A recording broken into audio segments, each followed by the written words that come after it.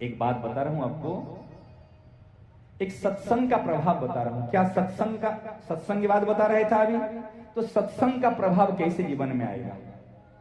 एक व्यक्ति था, उनको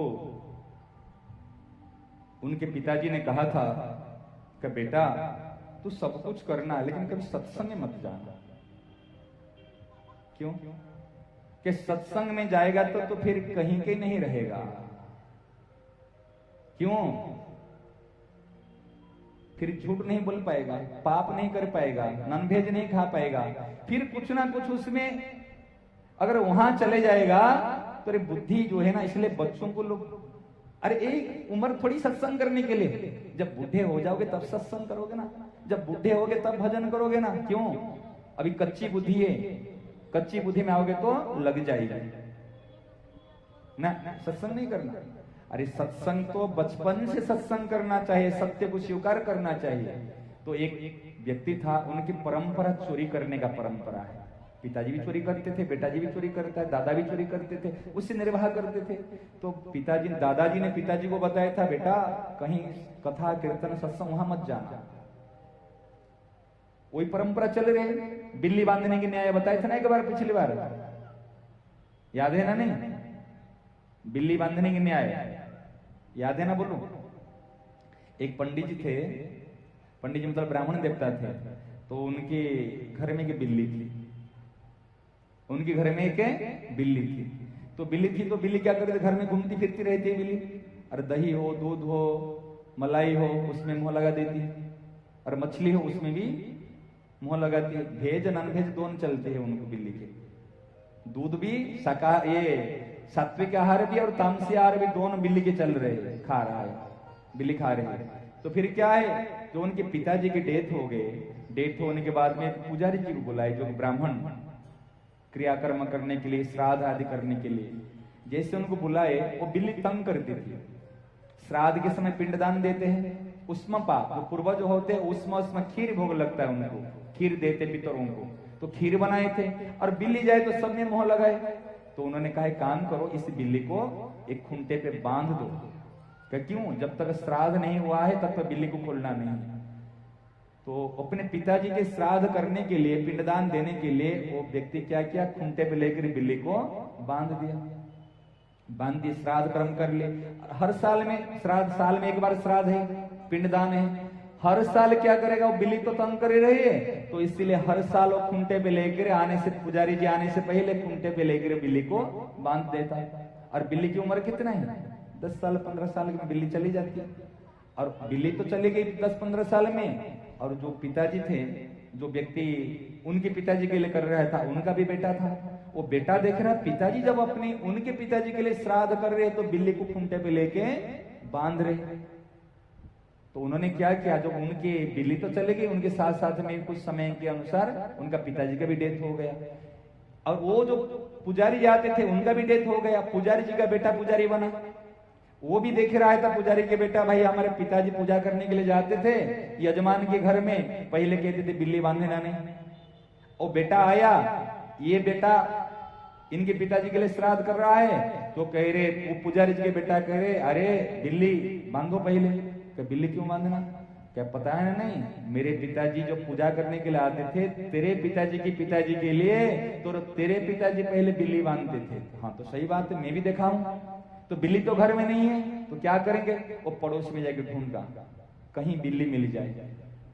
बिल्ली समझते बिड़ाल, और कहीं बिल्ली, और बिल्ली ढूंढ ढूंढ के लाए कि फिर खूंटे पे बांधना है, क्योंकि श्राद्ध करना है। अरे बिल्ली तंग करती थी, इसलिए तो बिल्ली खूंटे पे बांधते थे। लेकिन बिल्ली बांधने के न्याय मतलब का वो परंपरा चल रहे, तो हम भी वही परंपरा में चलो, वो कर रहे तो हम भी करो। समझ रहे ना? यही परंपरा चालू हो गई। अरे क्यों कर रहे, कैसे कर रहे, किस लिए कर रहे, वो तो समझने की बात नहीं, यही परंपरा। तो हमने इस परंपरा के अनुसार फिर हमारे चालू हो गए। क्या बात बता रहे था? तो चोरी करने की जो परंपरा थी कि सत्संग मत जाना, कथा कीर्तन मत जाना। बच्चे सही बात बताऊं, अगर बच्चे कथा में सत्संग में कहां गया था, अगर मूवी देखने जाएंगे, अभी पार्टी में जाएंगे, तो कोई प्रॉब्लम नहीं है माता पिता को। अगर कथा कीर्तन सत्संग में आ जाएगा तो प्रॉब्लम है, बच्चा बिगड़ जाएगा। वर्तमान समय की यह है, अगर शराब पिएगा मदिरा पिएगा तो भी कोई प्रॉब्लम नहीं है। अगर एक दिन फास्टिंग कर लिया, अब बच्चा होकर फास्टिंग करता है, अभी तो छोटी उम्र है, अभी फास्टिंग करने का टाइम है क्या? और अगर शराब पिएगा करेगा तो कोई प्रॉब्लम नहीं है। यही हमारे संस्कृति की, यही हमारा सही है। देखो ना, अभी कभी कोई छोटे बच्चा अगर माला जप कर लेगा, अभी से माला जप कर रहा है नहीं, अभी से सिगरेट पी सकते हैं, माला जप करने से प्रॉब्लम है। ये हमारे संस्कृति को कहते ना, ये हमारा शिक्षा ऐसे होती है। तो क्या करना चाहिए? जैसे वो परंपरा चल रही थी तो चोरी करने के लिए पिताजी ने कहा देखो चोरी तो कर रहे हैं, कभी सत्संग मत जाना।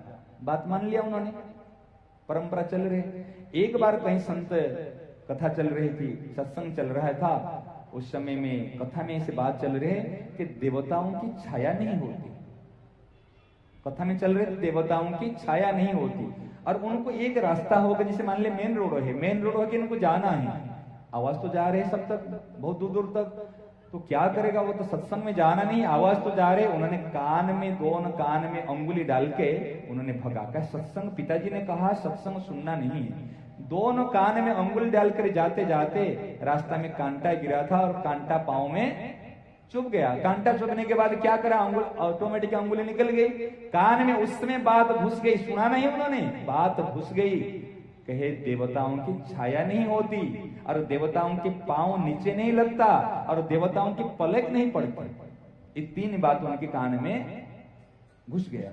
बातें घुसने का, अरे राम राम राम राम, पिताजी ने मना किया था, ये बातें सत्संग की बात कान में घुस गई। कांटा निकाला और फिर निकल गया। बात तो अंदर में चली। तो देखा जंगल में चले गया, डाकू था वो, जंगल में चले गया। उस समय में जो रात्रि के समय में राजा के घर में चोरी किया था, और सारी उनकी गैंग थे, सारी पार्टी चोरी किए। राजा ने फिर गुप्तचर लगा दिया, भाई देखो आप चेक करो कौन यहाँ पर चोरी किए। गुप्तचरों ने उनके पांव के निशान पकड़ पकड़ कर जाके कहे देखो एक काम करो, ये जंगल तक, रात्रि के समय में जंगल तक पहुंचे, और रात्रि में यहाँ पर एक काली मंदिर है, वहां पर आके लोग, आज अमावस्या की रात्रि है और ये लोग काली पूजा करते, अमावस्या की रात्रि के समय में देवी पूजा करते हैं। तो एक गुप्तचर ने क्या किया, उन्होंने काली के पूरे श्रृंगार हो गया, काली खुद बना, जीभ से लहर निकाला, और काली के काला कपड़ा और बाल केस फेस लगा के पूरे काली देवी जैसे बना, और बन के वहां काली की जो मूर्ति थी, उन्होंने जब प्रणाम करते, हे माँ रक्षा करो, हमारे इनकम हो, जो बता रहे थे उस समय प्रार्थना कर रहे थे, वो छुप के था जंगल में। वो गुप्तचर उन्होंने काली का रूप धारण करके सामने में प्रकट हो गया। अरे बोलो क्या मांगना है? पूरे काली जैसे आवाज करके बोलो क्या मांगना है, मांगो, मैं आपके पर प्रसन्न हूं, सब कुछ। सब लोग ने प्रणाम किया, माँ हमको रक्षा करना, ये करना, हमारी सुरक्षा करना। जो व्यक्ति सत्संग सुन के यहां से गया था, तो कान में सुना नहीं था, कान में घुस गई थी बात उनकी।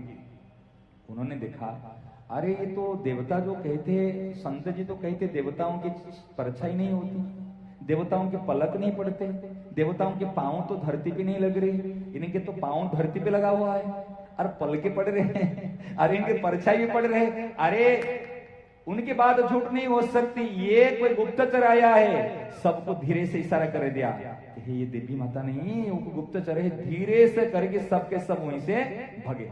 और वो चिल्ला रहे, देवी माता जो चिल्ला रहे, देखे तो सबके सब भग गए। भगने के बाद फिर उनको जो सरदार था, उनको याद है, अरे देखो अभी तो सबके सबको तो मार देते।